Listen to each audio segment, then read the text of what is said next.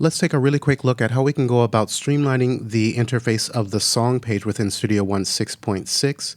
And let's go ahead and click on New. And then we'll just leave this on the default of Record and Mix. And you'll take note at the very bottom here, we have Apply Customization. Now, this was added relatively recently in an update. So by default, this is going to be on Complete. So when we are on Complete, we're going to see all of the tools and settings that are available within the song page. Now, if I click on the downward facing arrow, we can choose between basic, minimal, and audio editing. But we'll leave this on the complete for now, and I'm going to go ahead and click on OK. I'm going to press T as in Tom to add an audio track. I'll click on OK to add that, and I'm going to Shift and E to expand that out, and we will also open up the inspector. Now, we can access the customization in 4 different areas. We can right-click in the toolbar, then you can see we have Customize here. If I right-click in the inspector, at the very bottom of this window, we have Customize. And then if I right-click in the transport, here we have Customize. And then in the browser, if I were to right-click on a tab, we can also click Customize. Now, depending on where we access this from, it's going to default to that particular section. So if I right-click in the toolbar and click on Customize, then we start off on the toolbar tab. If I were to right-click in the inspector, then we're going to start off on that tab. Now, as we already saw, we're in the complete mode, so this is going to show all of the various tools in our toolbar. And coming over to the inspector, we can see everything is checked here for the transport, browser, and so on. Now, if I were to click on the downward arrow and let's just choose basic, then we can see that this has updated the inspector, the toolbar, browser, and so on. So now with basic selected, then we can see control leak, advanced tools, etc. are now deselected, so these are not showing. If we click on the inspector tab, then we can see that some things have been removed here, our transport, and the browser, we're actually still seeing everything. Now, if we come to the minimal, then we can see we're only showing effects, loops, and files for our browser. If we come to the transport, basically everything has been removed, except basic play and record, which you'll always want to see.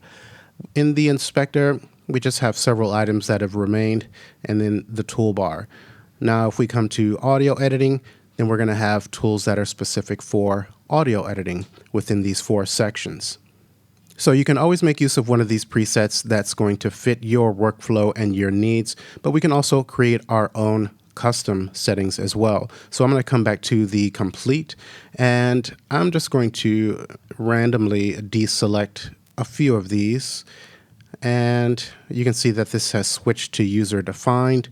Now that I've made those changes, let's go ahead and make some changes to our inspector. And if you take note, you'll see that things are being removed from these sections as I deselect.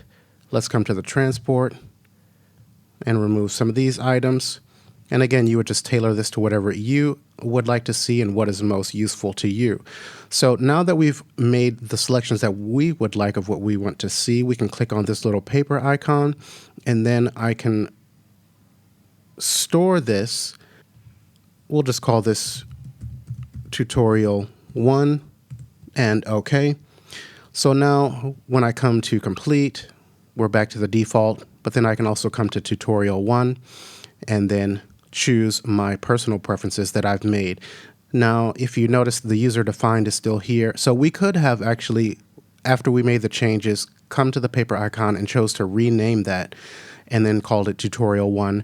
But we'll just go ahead and delete this out by clicking here.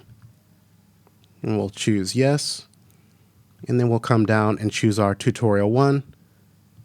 So then this has all of the settings that we've chosen. Now, if I were to come back to the start page by clicking on the house icon, let's go ahead and create a new song. And I just would like to end by showing now we can apply our own customization to each new song. It's going to stay on whatever you chose last. So this is already defaulting to our tutorial 1 that we just created. But just know that you'll be able to find any presets that you make yourself here at the beginning in the new song dialog. Okay, so This is how we can go about customizing the various tools and settings on the song page in Studio One. I hope this has been helpful. If you are just beginning in Studio One, or if you're someone who's having technical issues, or intermediate user or advanced user, and you'd like to train with me on Zoom, I do provide one-on-one training. So you can check out the link in the description or the pinned comment below for more information on that. And I will see you guys in the next tutorial. Take care.